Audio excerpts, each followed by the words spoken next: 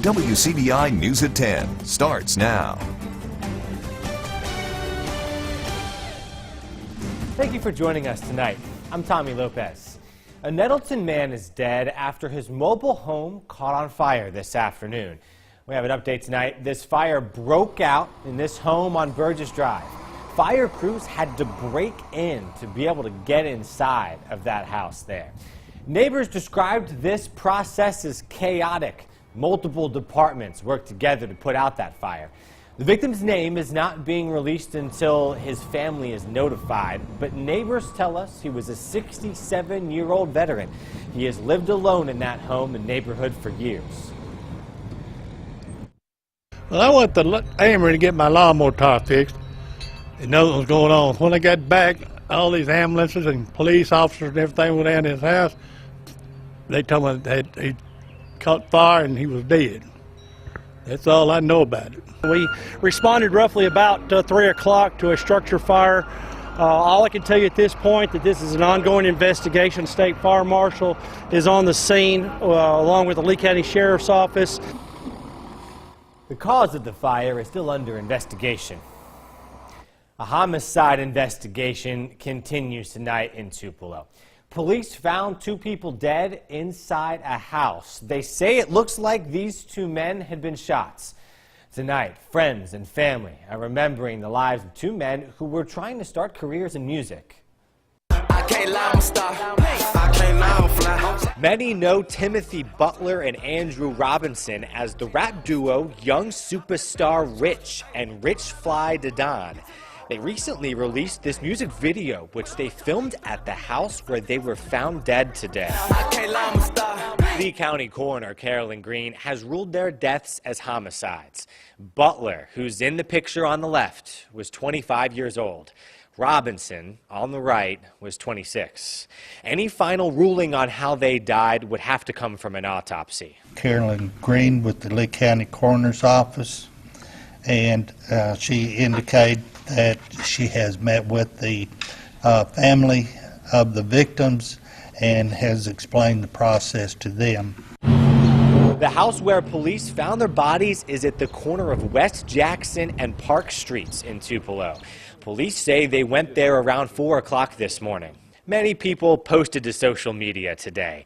One person says, "I'm so shocked, I can't even function right now." Another commented, "Man, the good die young." And another says, "Why can't I stop crying, man?" Tupelo police say an investigation into shots fired on the other side of town is related to their deaths. Officers came here to the Hilldale apartment complex just after 8:30 this morning. They say they didn't find anyone who had been hit by gunfire. And we spoke with Timothy Butler's uncle today. He says he's heartbroken to hear his nephew died. If you know anything about what might have happened today, police ask that you call them or the number that's here on your screen, which is for Northeast Mississippi Crime Stoppers. A week-long search for a missing man in Webster County is over tonight. 26-year-old William Joshua Allred was found in the woods this afternoon. Investigators say a man checking on a fire found him. He was severely dehydrated. He was lying in the middle of a logging road. A family member says he takes medication for bipolar disorder and has been without it since Sunday. My mother passed away in September of last year, and he wanted to visit the graveside by himself. Daddy asked him, can I stay with you? And he said, no, I want to be by myself. So they dropped him off about 5 o'clock, and he says, leave me for a little while and come back. And they came back about 6:30, and he was gone. And that's the last time anybody's seen him. He was discovered a mile from the search zone. Let's go to our weather tonight. Chief Meteorologist Keith Gibson is in with us. And Keith, it was a lot cooler today. Much cooler as expected, breezy as well. A pretty nice sunset in the Columbus area. Our Alpha Insurance camera right there is showing those clouds moving on through. Those showers, or those clouds, did produce a few isolated showers this evening. Eastern Lafayette County, look at that, a faint rainbow picture right there. Still a few blips showing up on the old radar scan right now, but most of this is probably staying in those clouds. But we have seen a little bit of rain out there. Tomorrow, no issues, bright sunshine, 68 degrees. Let's just say mid to upper 60s tomorrow. Your full weekend forecast in just a few minutes. Keith, thank you. Most high school seniors count on some form of financial aid for college scholarships. Grants, student loans, something of that nature. In the past, students could receive academic grants and put that with need-based grants or even specialty grants to cover the cost of tuition, room, and books. In Mississippi, that's set to change July 1st. The number of state grants one student can receive will now be limited. Our Victoria Bailey has more. Between preparing to cross the high school graduation stage to applying to a university, gearing up to leave home has never been a walk in the park. But now, for Mississippi students, things just got a little harder. The Mississippi Financial Aid Office, Student Financial Aid, and there's different grants that they provide to students. They will not be allowed to have those grants all at the same time. They will only be allowed to have one grant. There's also an additional academic responsibility for the students. They have to keep a certain GPA and certain number of credits, but that's going to be checked every term, and it hasn't always been that way. Brandon Blair is a Smithville senior and valedictorian for his class. It is kind of a surprise. It is very late to receive news about this, and the last rounds of scholarships are actually due this month. So there's not a lot of time to make up for that money. He says being able to receive only one state scholarship really puts his family in a bind. That extra $500 book fee will be something that I will greatly miss. But for people like myself, I'll have a twin brother that will be in school at the same time as me. So that would $1,000 that my family will be out instead of just the $500. Blair says by cutting funds to education, the state is saving money, but the best and the brightest may not be able to stay in school, and that could hurt the state in the long run. Education, in my opinion, to see the state move forward, to accomplish the goals that we want to have, education is the key for that. I think we can look for far back as we want to and see where education, being an educated people, it takes care of so much. It takes care of a lot of our social problems. The bill is expected to affect 2,400 students. Students will still be able to stack non-state issued grants and scholarships. The move is expected to save the state between $1 and $2 million. A makeover to a historic business district and an extension to a popular trail in Columbus called for a celebration this morning. Visit Columbus hosted a ribbon cutting for two projects: the Riverwalk extension and Catfish Alley improvements. The Riverwalk project extends the trail 1,000 feet along the Tenn-Tom River and underneath the Highway 82 bridge. In Catfish Alley, improvements include a concrete path, landscaping, and lighting. And I was thinking, if this had been... This alley has so much rich cultural history for the African American community in the South that it is very important, because you know, we learn from our past, and it makes us better in the future. We have had people taking pictures, we've had people wanting to get married up on this landing, and we're excited to welcome them. It just is the Catfish. Catfish Alley was once the center of African American business and culture in downtown Columbus. A pretty nice sunset here this evening across North Mississippi. The sun going on down there, right there. And the temperatures, well, we are cooling down as expected. 40s and 50s now. And even colder stuff later tonight. Your full forecast is next. Your first alert weather forecast with Chief Meteorologist Keith Gibson. All right, tomorrow is Friday. We have made it through another work week. 45 clear and cool in Starkville at 8 o'clock, 61 by noon for you. Mid-60s tomorrow afternoon, some spots upper 60s, a few other locations, some lower 60s. But in general, more 60s tomorrow. Just a few blips showing up on our live Doppler radar here. We had a few isolated showers as we've gone throughout the course of the early evening hours here. You can see what has happened. Some of those friendly clouds turned into a few showers here throughout the course of the evening. Now, here's Weather 101. Yes, you stayed up late. You go to weather school tonight. You will get some extra bonus points here. Virga, what is that? It is precipitation that evaporates before reaching the ground. And we actually had that in Tupelo. There's one of those showers, and you can see these fall streaks right there.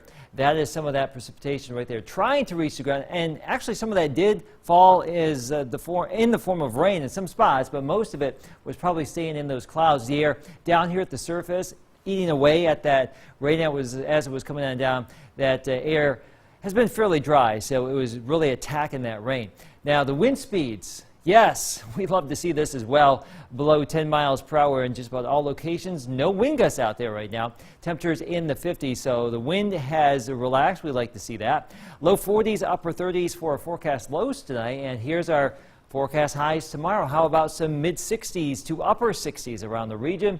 And the thing to note will be that the big ball of sun blazing all day long. You'll need your sunglasses. Don't forget, we're programming weather radios this Saturday morning from 10 a.m. until noon at the West Main Kroger in Tupelo. This is our active storm season. Now this weekend will be fairly quiet. It's always good to be prepared before the storm that is this Saturday morning. Now the system that blew through the region yesterday is cranking up here across New England. Rain and even snow in the Great Lakes. More rain back there in California. Certainly good news. Sandwiched in between high pressure, friendly high pressure comes back in for our day tomorrow, and it will stay with us all weekend long. Now, as we get into Sunday and beyond, our winds become southerly, and that will allow some warmer temperatures to build back on in here. And that front right there by Tuesday will give us a chance for a few showers around here. So here's our 7-day Tommy. Can't forget about that frost threat tomorrow night. Still expecting mid-30s in parts of the area, so be advised. Pretty nice for the weekend. 73 Saturday, 80 Sunday, 82 Monday. Rain chances on Tuesday, just 30%, and that is not going to be a severe weather maker. All right, I did not know what Virgo was. I See? do know that it looks nice this weekend. Yes. I know. I'm trying to educate you tonight, Yeah, Tommy. hey, we learned something. Okay, We always good. appreciate that. Bonus points for staying up. Yeah, all right, keep thinking. Hey, area high schools are taking to the diamond tonight. Robbie has a recap for us coming up tonight. WCBI News at 10 with Tommy Lopez. To our Health Talk with Baptist segment tonight. Tonight, Baptist is talking about addiction recovery.